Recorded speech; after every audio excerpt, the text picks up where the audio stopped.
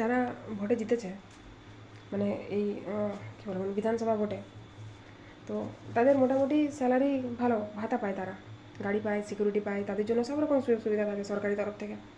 কিন্তু যারা ওই মানুষগুলোকে জেতায় বা যারা ওই মানুষগুলোর সাথে আগে পিছু ঘুরে বেড়ায়, তাদের ভোটের প্রচারে থাকে, তাদের অ্যাকাউন্টে কিন্তু যা ব্যালেন্স থাকে সেটাই থাকে, তাদের কিন্তু কোনো পরিবর্তন হয় না।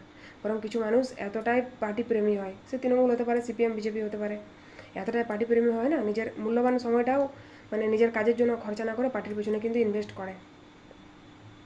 তো আজকে কিছু মানুষকে বা কিছু দাদা বোন দিদিকে একটা কথাই বলবো, যে পার্টিকেই ভালোবাসেন সে পার্টির সমর্থনে থাকুন, সে পার্টির জন্য সময় দিন, সে পার্টির মানে ভালো খারাপ দিনে পাশে থাকুন, কিন্তু নিজের যদি কোনো কাজ থাকে, কোনো যদি প্রফেশনে আছেন, সেটাকে বাঁচিয়ে রাখুন।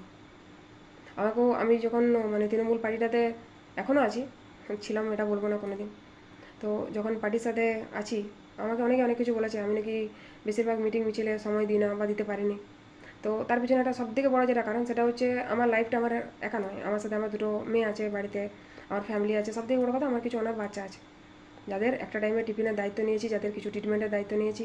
তো আমি পার্টি মানে ওইরকম অরাজকতা বলুন বা দুর্নীতি বা কোনো অধ্যত্ব কোনো দিন দেখায়নি, বা সেরকম কোনো কাজ করিনি যেখান থেকে মানে আমার এত টাকা চলে আসবে যে আমার সব প্রবলেম সলভ হয়ে যাবে। আমাকে কর্ম করতে হয়, আমি এলআইসির সাথে যুক্ত আছি, আমি বাচ্চাদের জন্য এডুকেশনের কিছু কাজ করি, কিছু সেন্টার আছে আমার, কোচিং সেন্টার। তো সেক্ষেত্রে আমাকে সেগুলোকে টিকে রাখার জন্য সময় কিন্তু ওগুলোতে দিতে হয়, তার সাথে শরীরের প্রবলেম তো থাকেই মাঝে মধ্যেই। তো সবাইকে বলছি, যারা এখন বিজেপি প্রেমী, যারা এখন বিজেপিকে সময় দিচ্ছেন, সবাইকে মানে একটা কথাই বলার আছে, যে টাইম দিন, অসুবিধা নেই, বিজেপিকে ভালোবাসেন, নতুন সরকার অনেক দায়িত্ব নিয়েছে পশ্চিমবঙ্গে পরিবর্তন করার, পরিবর্তন আমরাও চাই। যারা প্রকৃত শিক্ষিত তারা কখনো পরিবর্তনের বিপক্ষে কথা বলে না, যে সরকারই থাকুক তারা একটা কথাই বলে, যাতে পরিবর্তন আসে, যদি কিছু ঘাটতি থেকে থাকে সরকারের, সেগুলো যাতে নতুন সরকার এসে সব কিছু রিকভার করতে পারে। আমরা নতুন সরকারের কাছে এটাই আশা রাখি।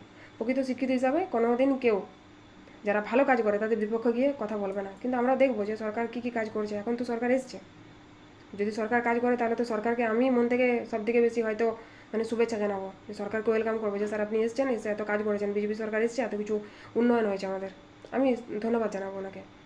কিন্তু যারা সরকার এসছে বলে নিজের সবটুকু কাজ ছেড়ে দিয়ে সরকার মানে এখন পার্টির পেছনে ঘুরছেন, তাদেরকে বলছি কাজগুলো বাঁচিয়ে রাখুন। একটা সময় কাজগুলো বাঁচিয়ে রেখেছি বলেই আজকে যে সরকারই আসুক অন্তত বাচ্চাগুলো না খেয়ে মরবে না, আর আমার যে অনাথ বাচ্চাগুলো আছে বা যে সেন্টারগুলো আমি চালাই ফ্রিতে, সেগুলো কিন্তু বন্ধ হয়ে যাবে না। ওই জন্য যে যার মতো পার্টি করুন, কিন্তু নিজের কর্মজীবনটা সেটাকে বাঁচিয়ে রাখুন, ওটাই আপনার পরিচয়। পার্টির ভালোবাসা আলাদা জিনিস, নিজের ফ্যামিলির প্রতি দায়িত্ব আলাদা জিনিস। সবাইকে অসংখ্য ধন্যবাদ ভিডিওটা শোনার জন্য, আর সবাইকে শুভরাত্রি জানিয়ে ভিডিওটা এখানেই শেষ করছি।